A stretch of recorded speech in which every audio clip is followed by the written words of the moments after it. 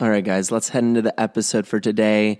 So this is a kind of a two-parter that connects to the previous episode. So if you didn't listen to the core values episode, this one will make some sense, but it's important to flesh out what core values are. So please listen to that episode. So now we're going to go into how this plays out in life. And why it's incredibly important. So, again, this is a podcast about happiness, right? And fulfillment and creating more joy. So if you apply these principles, and it doesn't have to be perfect, but if you apply the principles and get closer to a nicer match, ultimately, it's just so much easier than producing results in a different way in the long run. So I'll kind of get to what I mean by that. But basically, for this episode, we're going to talk about the player position principles, the player position matching, and how this is very important. So in life, you have your personal values, you have the values that you share with your friends and your relationships, and you have the values that are going to cross between the businesses you're working in. Obviously, if you're an employee for a business or if you're running a business, the values that are carried within yourself and the values of the business or the team is very important to look at. So when we talk about the player, I'll talk about the two different parts. The player is you, and the player can be an employee.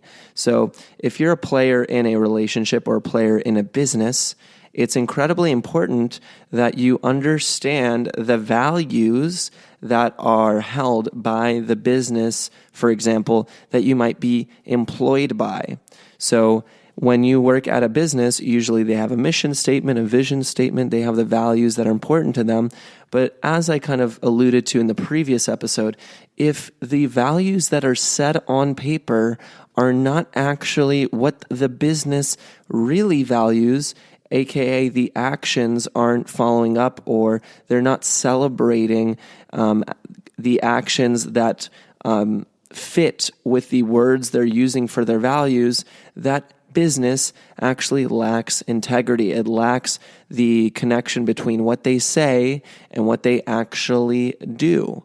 So if a business does hold up on its end and follow through on the values that it has discussed or has stated, then that business has integrity, and you can be sure to check in to see if your values connect to the values of that business. If you flip this around, a business should hire people that hold the same values of that business, practice, or larger company. So a business needs to find employees that have a good match, and there's a value match between the two parties. So this is incredibly important, right? Because we want to have the right players on our teams. So that just basically means that there is an accordance, there is a matching, there is, a feeling, a sense of a good fit, because the individual exudes qualities that match the values of the team that we want. And this plays into all parts of our lives. This plays into our personal relationships with ourselves, our relationships with our friends, our romantic relationships, and our workspace relationships. It can also play into how we feel about our country, how we feel about our environment. There's so many ways that value matching is incredibly important when it comes to cultivating relationships. So the right player, a person in the right, who's the right player on a team, is the one who matches the values of the team that they're in. And I think I broke that down pretty well. So if that made sense, you're going to understand the whole player phenomena.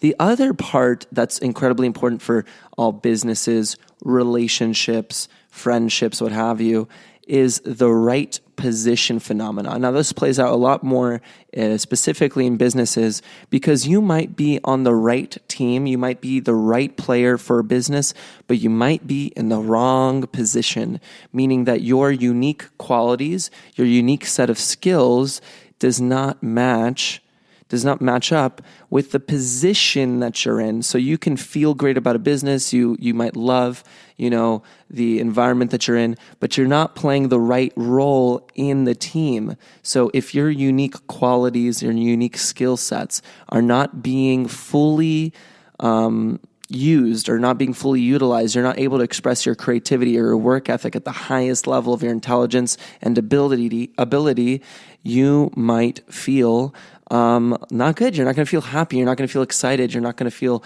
purposeful in your work because you're not in the right position. So you might love the business. You might think that everything is great, but you might not be in the right position. And so it's just not going to feel good. It's not going to allow you to operate at the highest level. So you can understand now that in any culture, any team, any business, any relationship, and even your personal, relationship with yourself, we have to have the idea of being the right person and exuding the right qualities for that match and being in the correct position to ultimately optimize or work and operate in our lives in a way that we actually find truly fulfilling. So that the person and the position is incredibly important. Well, let me talk about the different the different permutations of this. So before I go forward, this idea I first learned in the book Traction, and Traction is a fantastic book about entrepreneurship, but the other thing about this book is it just has so many lessons that can apply to other things. So if you want to check out that book, I'm currently listening to it right now, actually. It's called Traction by Gino Wickman, and really great for businesses. So if anyone wants to check out that resource, I'm listening to it on Audible right now, actually. So it's a great book. So I'm going to talk about the permutations of the player position situation, how that plays out. So you can have the right player in the right position. That means that, the core values match. That means that the player is in the right position, and so their unique abilities are ultimately being optimized. And as such, they feel great, and they operate well, and the business loves them, and they love the business. I'm using the business as an example.